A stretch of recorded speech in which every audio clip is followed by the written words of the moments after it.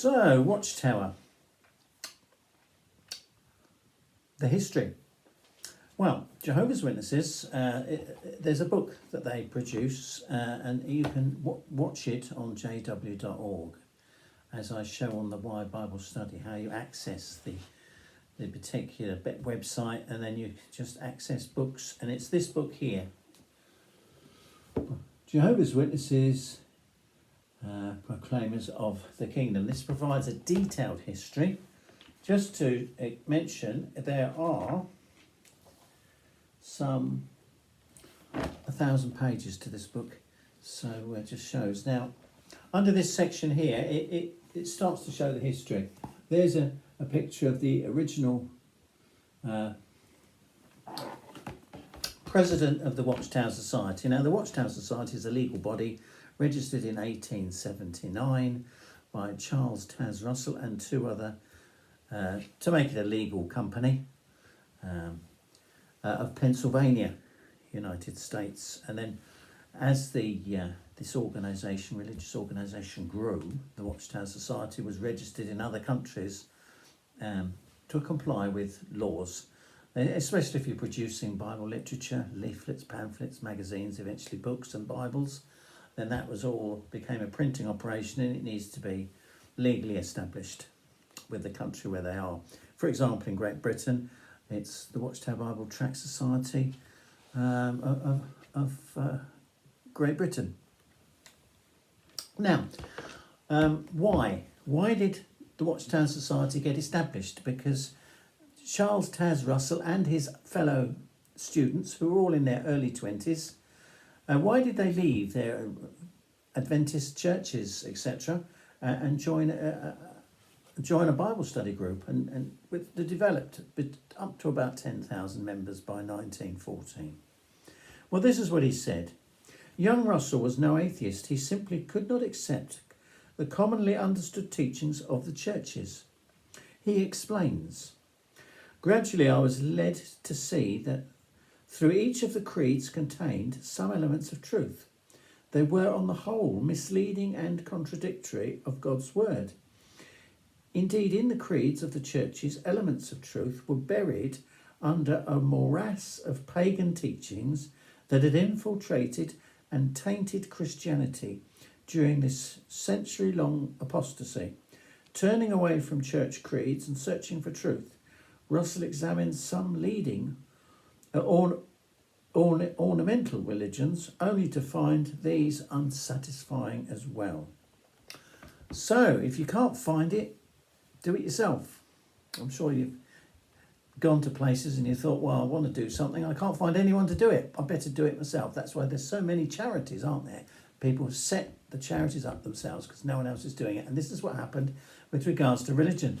Now, immediately they realised that we are living, or closely living, he felt that he was living in the last days and that Jesus was due to return around about 1914.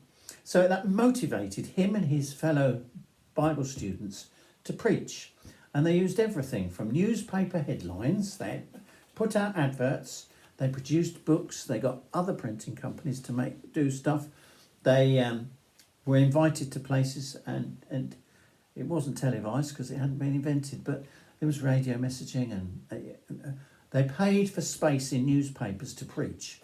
And this caused a whole group of Bible students to develop in areas all around America, and then in Britain, and then across the British Empire, then to the different nations of the British Empire and into Europe.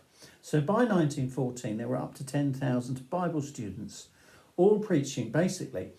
Well, they weren't all preaching, but they were all, keen, eager international Bible students, they became known as. During the war years, well, let's show a picture of some of the studies of scriptures.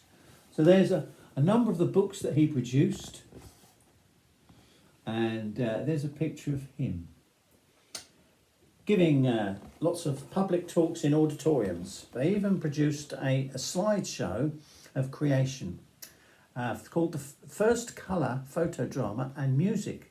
They played records with recorded speeches and music on them, combined with the slides of the photodrama of creation. and it was the first thing. It was the first thing ever done with regards to cinematography. It's quite amazing. So they really were trying to reach people. Now what happened was he died in 1916, and all these Bible students had problems because they went through the First World War.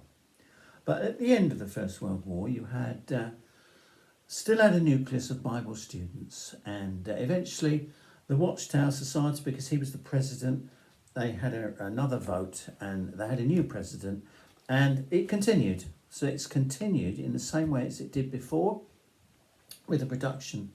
In fact, it increased in size, but there were a number of splinter away groups. So there were some who didn't like the new president and they splintered away and called themselves Millennial Bible Students and just Bible students. And so by the late 20s, you had a lot of groups calling themselves Bible students, and hence Jehovah's Witnesses came up with the name Jehovah's Witnesses in 1931, and it was announced. Now during that time, lots of buildings were purchased, and there was a big expansion.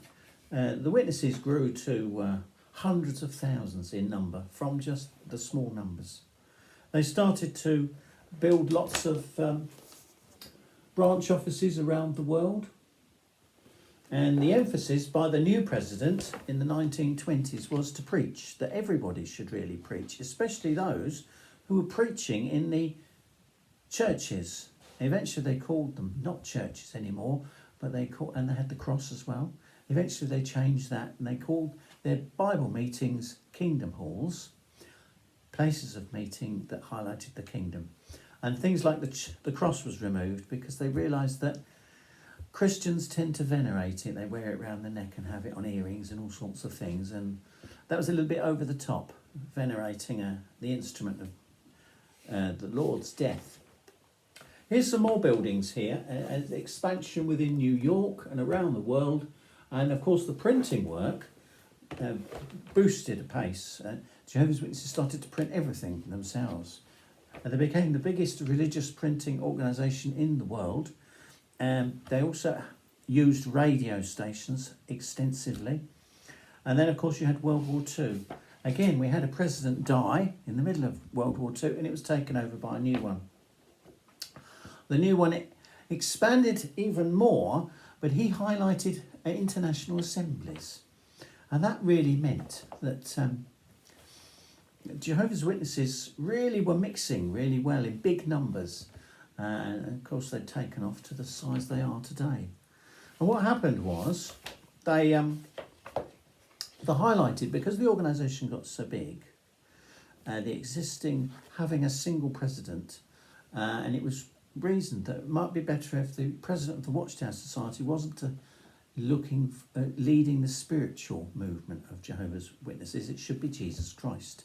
So they kept the legal section of the Watchtower to one side, and they're now just adding as a group. They call themselves the governing body, and they work as fellow brothers in looking after the worldwide organisation today. So there's no longer a president of the Watchtower Society. Well, technically there is, legally, because they need to by law, but there's no connection between the president of the Watchtower Society and the existing religious group that directs the preaching work, which is interesting, isn't it?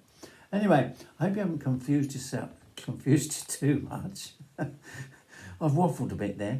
So thank you once again. There's a lot more that could be learnt, so you could review the book. It might take you some time to do. Anyway, thank you very much for your attention. Take care, and I'll see you again.